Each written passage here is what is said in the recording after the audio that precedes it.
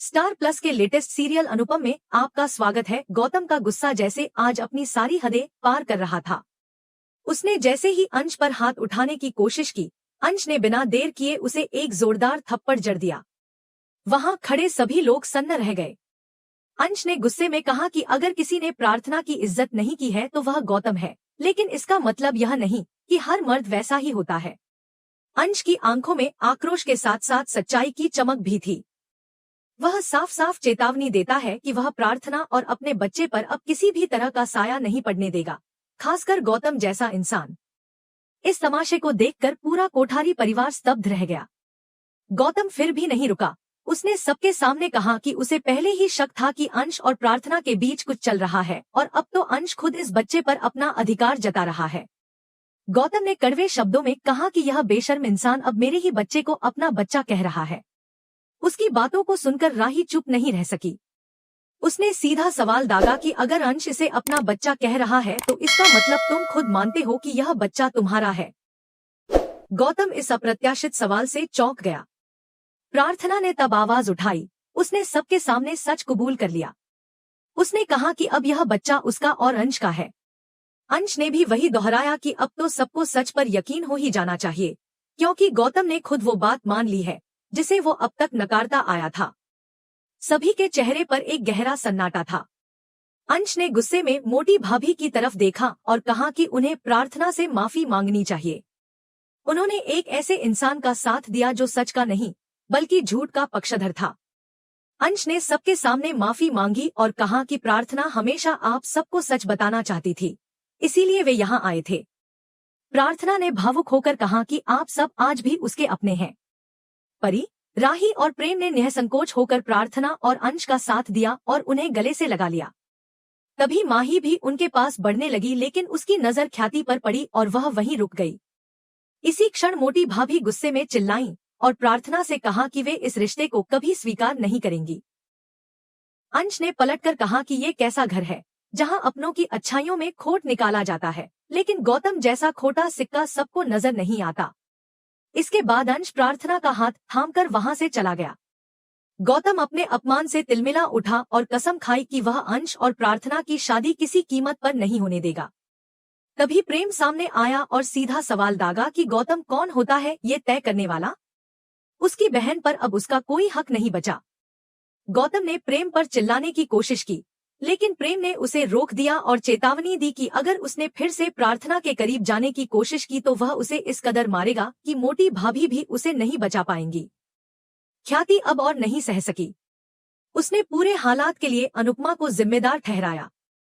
मोटी भाभी ने उसकी बात का समर्थन करते हुए कहा कि अगर अनुपमा वापस न आती तो अंश को इतनी हिम्मत ही नहीं होती कि वह प्रार्थना से शादी की बात करता। उन्होंने आरोप लगाया कि अनुपमा ने ही दोनों को गुमराह किया है। यह सुनकर राही का चेहरा उतर गया। इसी बीच अनुपमा की गाड़ी शाह हाउस के पास आकर रुक गई। सरिता ने ड्राइवर से पूछा तो उसने बताया कि मेन रोड पर काम चल रहा है, इसलिए उन्हें इस गली से आना पड़ा। गली देखकर अनुपमा असहज हो उठी। बाबूजी और किंजल घर में उसके स्वागत की तैयारियां कर रहे थे, लेकिन अनुपमा की गाड़ी ट्रैफिक में फंस गई थी। गाड़ी के अंदर से अनुपमा ने जैसे ही अंश और प्रार्थना को देखा, उसका दिल धड़क उठा। वह खुद को गाड़ी में छुपाने लगी, लेकिन अंश को उसकी उपस्थिति का आभास हो गया। अंश ने जोर से अनुपमा का नाम पुकारा। वह गाड़ी की तरफ दौड़ा और जैसे ही उसने देखा कि अनुपमा अंदर है, उसकी आंखों से आंसू निकल पड़े। अनुपमा भी खुद को रोक नहीं सकी और रोने लगी। उसकी आंखों के सामने अंश का बचपन घूम गया, वह मासूम चेहरा जो आज इतना समझदार हो गया था। सरिता और बाकी लोग ये दृश्य देखकर हैरान रह गए। अंश रोते हुए अनुपमा से माफी मांगने लगा। उसने कहा कि वह उसे कभी समझ ही नहीं पाया। वह गिड़गिड़ाकर बोला कि उन्हें लगा था कि वे उन पर दबाव नहीं डालेंगे, लेकिन आज भगवान खुद उन्हें घर के सामने ले आया है। अनुपमा भावनाओं से जूझ रही थी। उसके सामने एक और अतीत था, दूसरी ओर बेटे की आंखों में भरा प्यार और पछतावा। वह ना में सिर हिलाने लगी, लेकिन अंश ने जिद की। उसने कहा कि अगर वह नहीं आई तो वह खुद को खत्म कर देगा। अनुपमा घबरा गई और उसे चुप कराने लगी। अंश ने आखिरकार एक आखिरी कोशिश की। उसने अनुपमा को अपनी कसम दी और कहा कि कम से कम उसके लिए ही सही वह उसके साथ चले। अनुपमा आखिरकार गाड़ी से बाहर आई। अंश ने उसका हाथ थामा और धीरे धीरे घर की तरफ बढ़ा। अनुपमा के चेहरे पर अतीत की परछाइयां थी। वह हर कदम पर हिचकिचा रही थी, लेकिन बेटे की जिद और प्रेम ने उसे मजबूर कर दिया। जैसे ही वे घर के दरवाजे पर पहुंचे, अंश दौड़कर भीतर चला गया और अनुपमा वहीं द्वार पर ठिठकी खड़ी रह गई, एक ऐसी दहलीज पर जहां कदम रखने से पहले उसे खुद से लड़ना था। जैसे ही अंश घर में पहुंचा, उसके चेहरे पर एक अलग ही खुशी थी। वह दौड़कर मंदिर के सामने गया और हाथ जोड़कर भगवान का शुक्रिया अदा करने लगा। उसकी आवाज पूरे घर में गूंज गई, सभी बाहर आओ, देखो कौन आया है। उसकी आवाज सुनकर बाबूजी, किंजल, तोशु और प्रार्थना जल्दी से बाहर आए और अनुपमा को देखकर जैसे उनके चेहरे खिल उठे। बाबूजी की आंखों में आंसू आ गए। किंजल ने दौड़कर अनुपमा को गले से लगा लिया। वहीं पाखी और लीला एकदम चौंक गई, जैसे उन्होंने किसी भूली हुई याद को सामने देख लिया हो। मोहल्ले के लोग भी बाहर आ गए और कहने लगे कि अच्छा हुआ अनुपमा घर वापस आ गई, उसके बिना तो यह घर उजड़ा हुआ लग रहा था। बाबूजी ने बाहें फैलाकर कहा, आजा बेटी, तेरे बिना यह घर बेजान है। तेरे आने से ही तो इसमें जान आई है। किंजल, अंश और प्रार्थना ने भी मिलकर उसे अंदर बुलाया। अनुपमा का दिल धड़क रहा था, उसकी आंखों में पुरानी घटनाओं की परछाई झलक रही थी। जैसे ही उसकी नजर लीला पर पड़ी, उसे अतीत की सारी कड़वी बातें याद आ गईं। वह घबरा गई और पीछे हटने लगी। बाबूजी हाथ जोड़कर उसके सामने खड़े हो गए। हमसे बहुत गलतियां हुई अनुपमा, लेकिन तुमने हमेशा माफ किया। आज हम माफी मांगने लायक भी नहीं बचे, फिर भी झोली फैलाकर खड़े हैं। चाहे माफ मत करना, लेकिन घर में आ जा, ये तेरा ही घर है। अंश ने भी हाथ पकड़कर निवेदन किया, माँ, चलो ना, हम सब तुम्हारा इंतजार कर रहे थे। किंजल और प्रार्थना भी एक स्वर में उससे अंदर आने की गुहार करने लगी। तभी तोशु भी बोल पड़ा, मम्मी, आप अब तो सुपरस्टार बन गई हो, ऐसे बाहर खड़ी होकर दर्शन क्यों दे रही हो सबको। सभी की आंखों में पश्चाताप साफ दिख रहा था। बाबूजी बोले, तूने इस घर को, इस परिवार को इतने सालों तक संभाला, लेकिन जब तुझे हमारी सबसे ज्यादा जरूरत थी, हम तुझे नहीं संभाल पाए। अब भगवान ने ये मौका दिया है कि हम अपने किए का प्रायश्चित करें।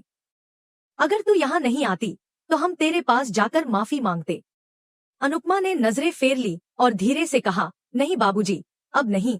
तभी जसप्रीत बोल पड़ी, पहले इसे घर से निकालो, अब हाथ जोड़कर वापस बुला रहे हो।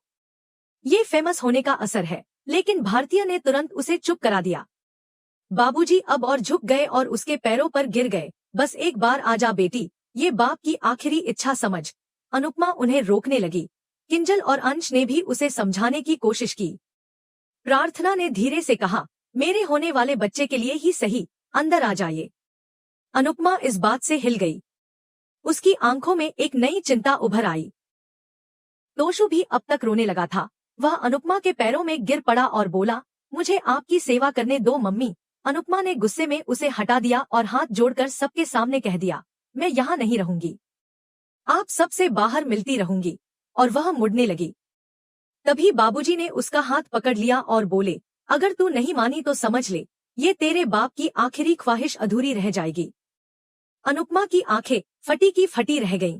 ऐसा मत बोलो बाबूजी। बाबूजी की आवाज भर आई, आज मेरा बाप कमजोर पड़ गया है। क्या पता इस कंपटीशन के बाद मैं तुझसे मिल पाऊंगा या नहीं। मुझे अपनी गलती सुधारने का एक मौका दे दे बेटी। ये सुनकर अनुपमा की आंखों में आंसू आ गए। उसका दिल दुविधा में था। कदम आगे बढ़ रहे थे लेकिन दिमाग पीछे खींच रहा था। वह गहराई में सोचने लगी और यहीं आज का एपिसोड समाप्त होता है। अगले एपिसोड की शुरुआत होती है लीला के गुस्से से। जैसे ही उसे पता चलता है कि अंश और प्रार्थना के बीच कोई रिश्ता है, वह आग बबूला हो जाती है। वह चीखते हुए कहती है, इतनी बड़ी बात कोठारी परिवार को पता है, अनुपमा को भी पता है, लेकिन मुझसे छुपाया गया। उसका चेहरा लाल हो जाता है। वह पूरे घर को सुनाने लगती है। अंश अब और चुप नहीं रहता। वह सबके सामने डंके की चोट पर कहता है, कोई माने या ना माने, लेकिन अब हमारी शादी जरूर होगी। लीला गुस्से में आकर उसे चेतावनी देती है, अगर तुमने यह शादी की तो मेरा मरा हुआ मुंह देखोगे। पूरा माहौल थम जाता है। प्रार्थना सहम जाती है, लेकिन अंश उसका हाथ थामे खड़ा रहता है। इसके बाद दोनों अनुपमा से अनुरोध करते हैं कि वह लीला को समझाए। अनुपमा लीला के पास जाती है, हाथ जोड़कर कहती है, बापूजी ने मुझे माफ कर दिया, अब आप भी अपने पोते की खुशी के बारे में सोचिए। लीला नाराज होकर जवाब देती है, यह रिश्ता मुझे सही नहीं लगता। अनुपमा शांत भाव से कहती है, आजकल कौन सा रिश्ता सही रहता है लीला? लोग छोटी छोटी बातों में तलाक लेते हैं। कम से कम अंश और प्रार्थना एक दूसरे से खुश हैं। अगर बेटा खुश रहेगा तभी माँ भी खुश रह पाएगी। आप बस अंश की खुशी के बारे में सोचिए। लीला का चेहरा कठोर बना रहता है, लेकिन उसकी आंखों में सोच की लहरें साफ दिखती हैं। वह चुप हो जाती है, जैसे मन ही मन खुद से लड़ रही हो। एपिसोड यहीं खत्म होता है। हमें बताइए कि आपको आज का एपिसोड कैसा लगा और ऐसे ही डेली अपडेट्स के लिए इस वीडियो को लाइक और चैनल को सब्सक्राइब करना न भूलें।